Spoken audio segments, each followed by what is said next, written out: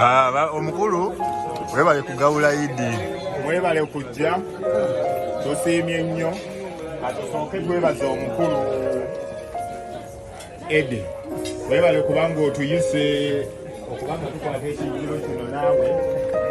Omukulu Martin Mbeta akasemu nakafunye era nzize mbudde obiraba result era mbadde ninayo ekirabo kyo buli omu wane nagenda kufuna ekirabo n'okusooka njagala ntandike naawe.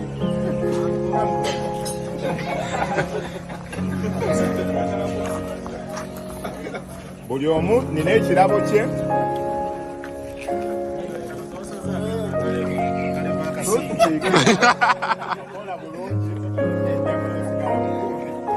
Buli omu omulala era atannafuna osobola okuyitawo n'ofuna.